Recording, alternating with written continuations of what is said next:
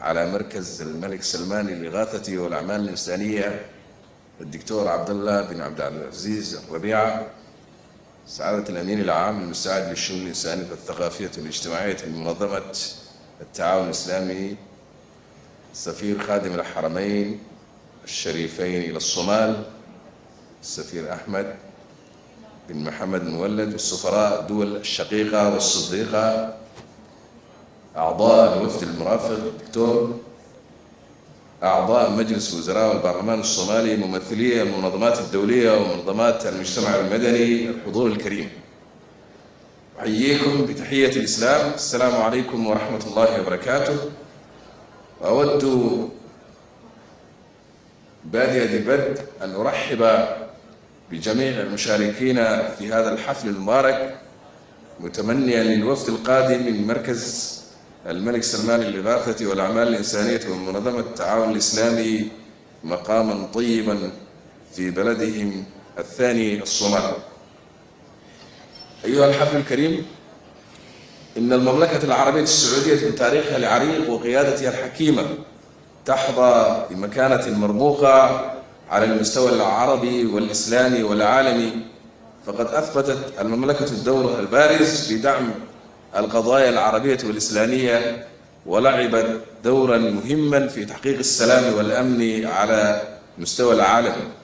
ويعكس الدعم المتواصل الذي قدمته المملكة العربية الشقيقة للصومال خلال الأزمات المختلفة التي مر بها العلاقات الوثيقة بين الصومال والمملكة العربية السعودية والروابط الأخوية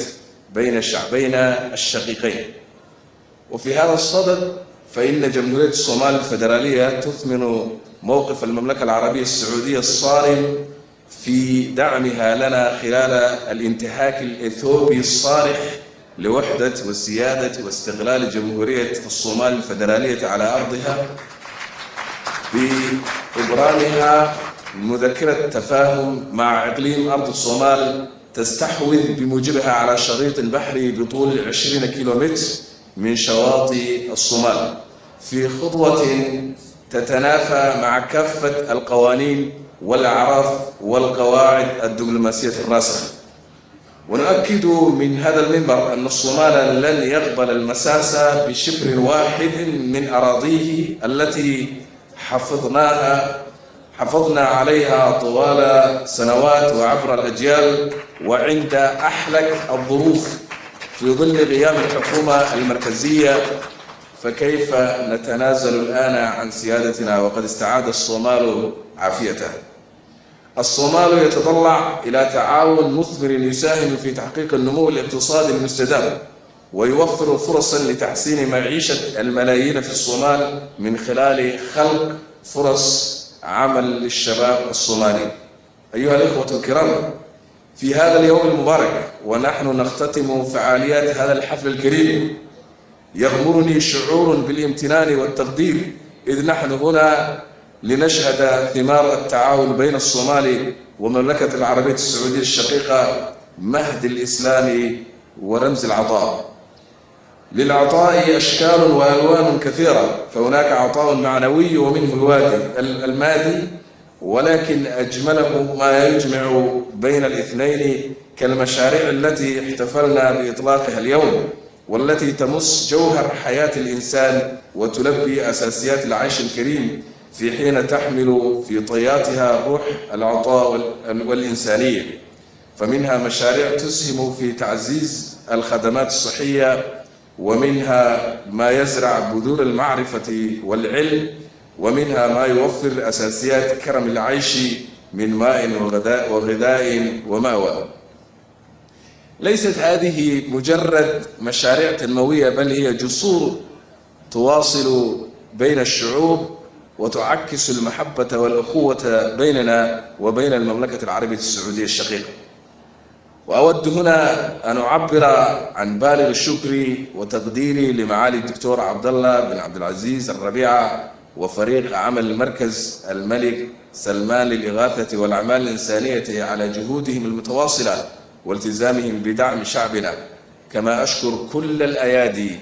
التي ساهمت وتعاونت لتحقيق هذه هذا الإنجاز الذي يمثل أروع صور الأخوة والتضامن الإنساني. كما أود أن أستغل هذه المناسبة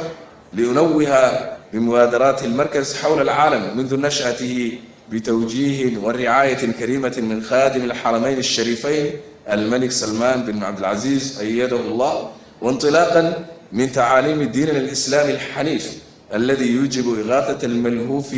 ومساعدة المحتاج والمحافظة على حياة الإنسان وكرامته وصحته. ولا يسعني سوى أن أقول جزاكم الله عنا وعن جميع المسلمين خير الجزاء. وكما قال الحكماء: وكل سعي يجزي الله ساعيه، هيهات يذهب سعي المحسنين هباء. أيها الإخوة الكرام،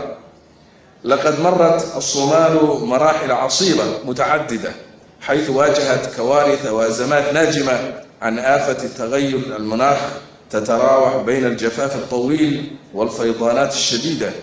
هذه الكوارث أدت إلى تشريد الملايين وتدمير البنى التحتية، وبينما تبقى الاستجابة الإنسانية ضرورية، فإنه يجب علينا أيضا قدر الإمكان ضمان أن تسهم الموارد المخصصة للإغاثة الفورية في تعزيز قدرة الشعب على التحمل والصمود أمام الكوارث على المدى